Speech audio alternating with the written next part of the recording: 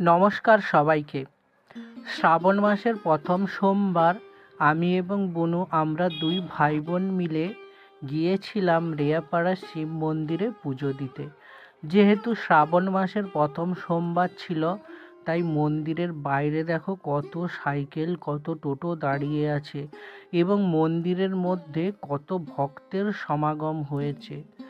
প্রচণ্ড ভিড় ছিল, প্রচুর মানুষজন এসছে দেবাদিদেব মহাদেবকে পুজো দিতে, জল ঢালতে। আবার যাদের মানত ছিল মহাদেবের কাছে, অনেকের দেখলাম দণ্ড কাটছেন। তাই আপনারাও সবাই আসুন অবশ্যই আমাদের রেয়াপাড়ার এই শিব মন্দির এবং মহাদেবকে দর্শন করুন।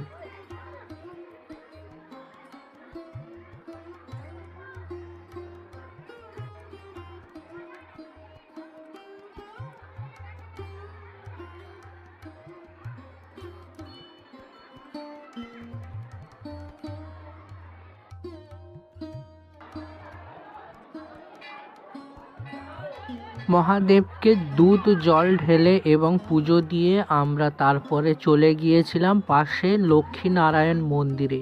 যদিও সেখানে কোনো ভিডিও আমি করার সুযোগ পাইনি, অসম্ভব ভিড় ছিল। লক্ষ্মীনারায়ণ মন্দিরে পুজো দিয়ে তারপরে আমরা চলে গিয়েছিলাম শ্যামা মায়ের মন্দিরে, কালী মায়ের মন্দিরে। এখানেও আমরা পুজো দিয়েছি। তো আপনারা যারা আসছেন অবশ্যই কমেন্ট করে জানান কবে আসছেন। হর হর মহাদেব।